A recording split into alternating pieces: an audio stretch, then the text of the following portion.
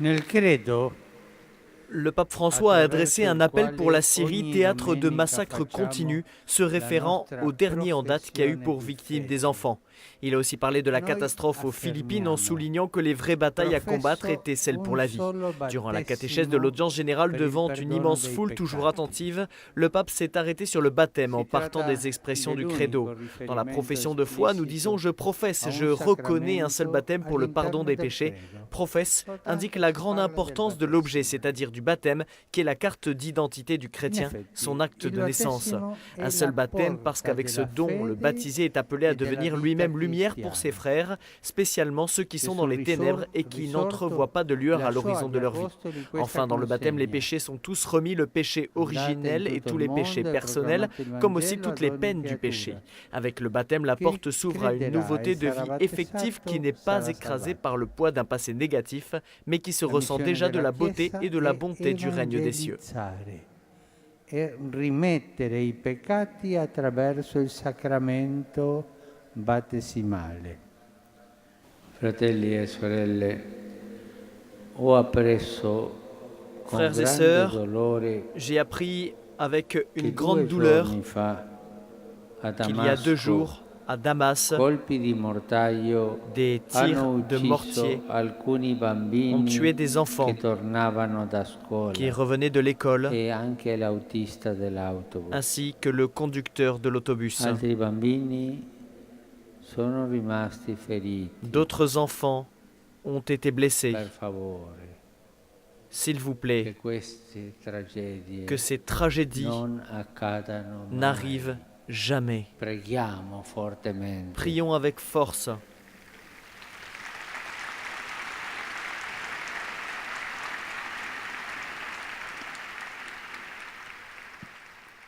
In questi giorni Ces jours-ci, stiamo pregando e nous unendo le prions forze et unissons nos per forces aiutare i nostri fratelli pour e sorelle aider nos frères et delle sœurs Filippine, des Philippines colpiti dal touchés tifone. par le typhon.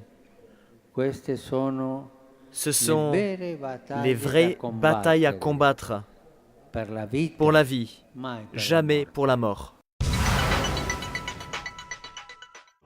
Mercredi après-midi, à l'hôtel de la Chaire de Saint-Pierre dans l'abside de la basilique Vaticane, se sont déroulées les funérailles du cardinal Domenico Bartolucci, ancien maître de la chapelle musicale pontificale Sixtine, un poste qu'il a occupé de 1956 à 1997. La messe funéraire a été célébrée par le cardinal Angelo Sodano, doyen du collège Cardinalis, en présence des cardinaux, archevêques et évêques. Au terme de la messe, le pape François a présidé le rite de l'Ultima Commendatio et de la Valedictio. Il a rendu hommage au cardinal, décédé il y a 2 jours à l'âge de 96 ans, en le décrivant comme un prêtre cher et estimé et un illustre compositeur et musicien. Dans l'homélie de la messe de jeudi matin, le pape invite à vivre dans la sagesse. Questo è camminare la vita con questo. Cela, c'est marcher dans la vie avec cet esprit, l'esprit de Dieu qui nous aide à juger, à prendre des décisions selon le cœur de Dieu. A prendere decisioni secondo il cuore di Dio. E questo spirito ci dà pace. Et cet esprit nous donne la paix, toujours. È lo spirito di pace, lo spirito d'amore, lo spirito di fraternità. C'est l'esprit de paix, l'esprit d'amour, l'esprit de E la fraternité. santità è proprio questo.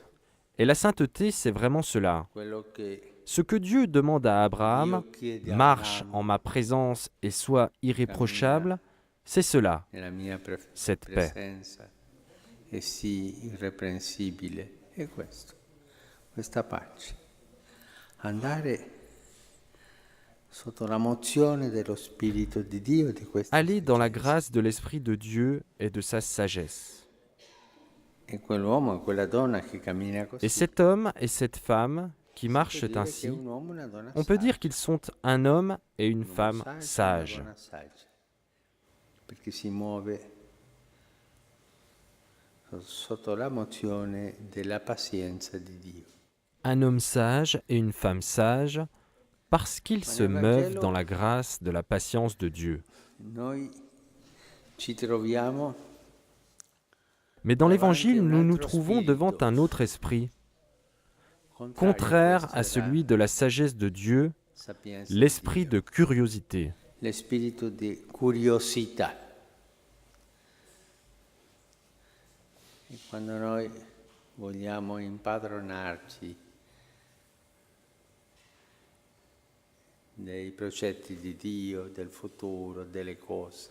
C'est-à-dire quand nous voulons nous saisir des projets de Dieu, du futur des choses, connaître tout, avoir tout en main.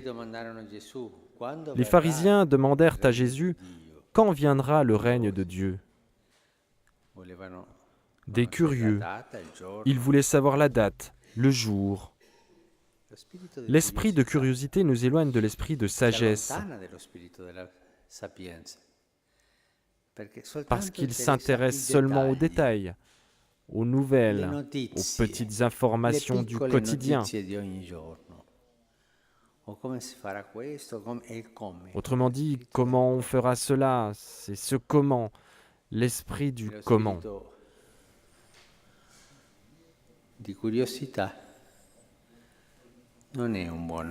L'esprit de curiosité n'est pas un bon esprit. C'est l'esprit de la dispersion qui éloigne de Dieu.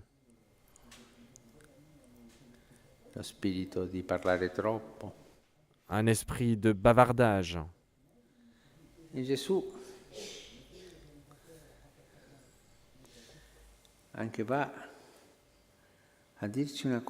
Et Jésus nous dit une chose intéressante. Cet esprit de curiosité qui est mondain nous amène à la confusion.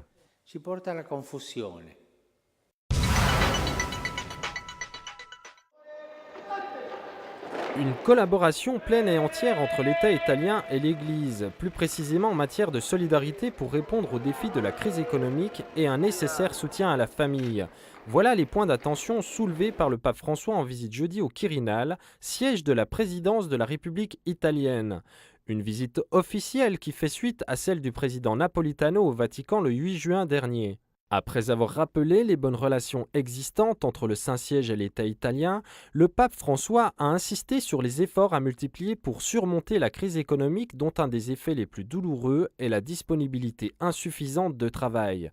Le pape a également parlé de sa vive émotion ressentie lors de ses visites pastorales à Lampedusa et en Sardaigne. Il a également souligné qu'au centre des espérances et des difficultés sociales, il y a la famille. La famille qui met à disposition de la société ses énergies, a besoin de stabilité, de reconnaissance et demande à être appréciée, valorisée et protégée. Puis le pape a rencontré les employés du Quirinal et leur a dit combien le monde a besoin de personnes qui s'engagent avec professionnalisme et qui ont un sens aigu d'humanité et de compréhension, plus particulièrement envers les plus faibles. Vendredi après-midi, dans la basilique Saint-Pierre, le pape François a présidé la messe pour la consécration épiscopale de Monseigneur Fernando Berges Alzaga, secrétaire général du gouvernorat de l'État de la Cité du Vatican. Espagnol, âgé de 68 ans, Monseigneur Berges Alzaga a été ordonné prêtre le 26 novembre 1969. Il appartient à la congrégation des Légionnaires du Christ. Il est titulaire d'une licence en philosophie et en théologie obtenue à l'université grégorienne et du diplôme d'archiviste décerné par les archives secrètes du Vatican. Depuis 2008, il était en charge de la direction des télécommunications de l'État du Vatican. Le 30 août dernier, le pape François l'a nommé secrétaire général du gouvernorat. Après la célébration, le pape a salué les parents et les amis du nouvel évêque.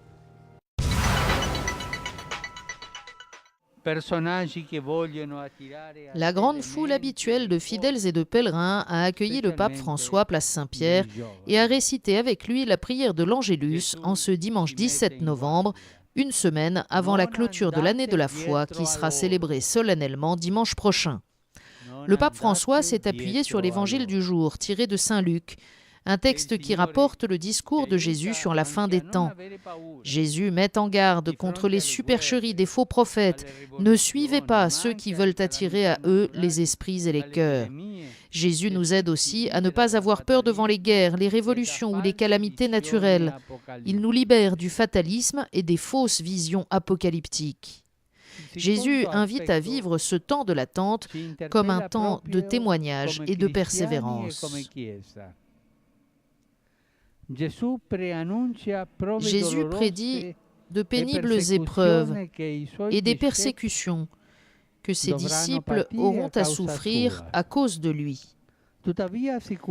Mais cependant, il leur assure, pas un cheveu de votre tête ne sera perdu. Cela nous rappelle que nous sommes totalement entre les mains de Dieu.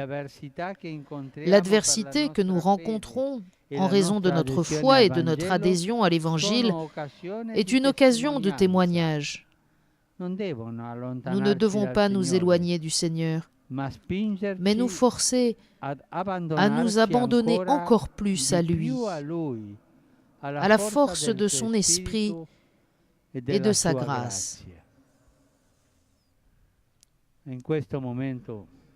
En ce moment, je pense, et nous pensons tous, faisons-le ensemble, pensons à tous nos frères et sœurs chrétiens qui sont persécutés à cause de leur foi. Il y en a tellement, peut-être plus encore que durant les premiers siècles. Jésus est avec eux. Nous aussi, nous sommes unis à eux par notre prière et notre affection. Nous admirons leur courage et leur témoignage. Ce sont nos frères et nos sœurs qui, dans tant de régions du monde, souffrent parce qu'ils sont fidèles à Jésus-Christ. Nous les saluons de tout notre cœur. Ce lundi, le pape François a reçu en audience le Premier ministre des Bahamas, Perry Gladstone Christie. Durant leurs entretiens cordiaux, ils se sont focalisés sur le thème de l'émigration et sur la contribution que l'Église catholique offre à la population, en particulier dans les secteurs de l'assistance et de l'éducation, en souhaitant une collaboration plus étroite dans ces domaines. Le Premier ministre des Bahamas a également rencontré le secrétaire d'État, Monseigneur Pietro Parolin, avec lequel il a travaillé toute la matinée au Vatican. Bonjour, à l'approche de la clôture de l'année de la foi, dimanche prochain, l'heure est donc à l'action de grâce et au bilan. Au Vatican, on affirme que ce sont plus de 8,5 millions de personnes qui sont venues ici, à Saint-Pierre, derrière moi, en pèlerinage à l'occasion de cette année spéciale voulue par Benoît XVI et conclue par le pape François, des personnes qui sont venues ici professer leur foi en Jésus-Christ. Cette année de la foi va se conclure avec un document majeur du pape, on l'a appris ce lundi, sa première exhortation apostolique consacrée à l'évangélisation. Elle sera remise symboliquement par le pape dimanche, place Saint-Pierre, au cours de la grande messe conclusive à quelques 36 représentants de divers états de vie et de diverses nationalités, 36 catholiques. Et puis 2 jours plus tard, cette exhortation apostolique intitulée Evangelii Gaudium sera rendue publique et diffusée à travers le monde en de nombreuses langues. Lors de la messe célébrée dimanche prochain, le pape François va offrir également aux fidèles la possibilité de vénérer de façon tout à fait inédite, pour la première fois donc, les reliques du premier des papes, l'apôtre Pierre. Ce ne sont pas les reliques situées sous l'autel de la confession, le baldaquin de la basilique vaticane, qui seront exposées à la vénération des fidèles, mais une urne contenant des fragments de ces reliques conservés depuis plus de 40 ans dans la chapelle privée des appartements pontificaux. Notez encore qu'à la veille de la messe conclusive de l'année de la foi, et c'est là aussi tout un symbole, le pape va rencontrer au Vatican quelques 500 catéchumènes venus d'une cinquantaine de pays à travers le monde, comme la Russie, la Chine ou encore Cuba. Ces catéchumènes avec le pape vont rendre grâce, je vous l'ai dit, pour cette année de la foi, et puis ils vont prier pour toute l'Église. Une prière que le pape recommande d'ailleurs de ne pas abandonner. Dimanche, à l'Angélus, le pape François a fait une recommandation aux fidèles. Je voudrais vous conseiller un médicament, a-t-il dit, avant de poursuivre en souriant et en montrant cette boîte. Certains vont croire que le pape se met désormais à faire le pharmacien, mais c'est un médicament particulier pour concrétiser les fruits de cette année de la foi. Misericordina, c'est une petite boîte en carton comme un médicament, et qui contient en revanche un chapelet. Et le pape a sorti cette publicité toute gratuite d'une invitation. Prenez-en, car cela fait du bien à l'âme, au cœur et à toute la vie. Donc n'oubliez pas de prendre vos médicaments et de prier. Je vous dis à la semaine prochaine.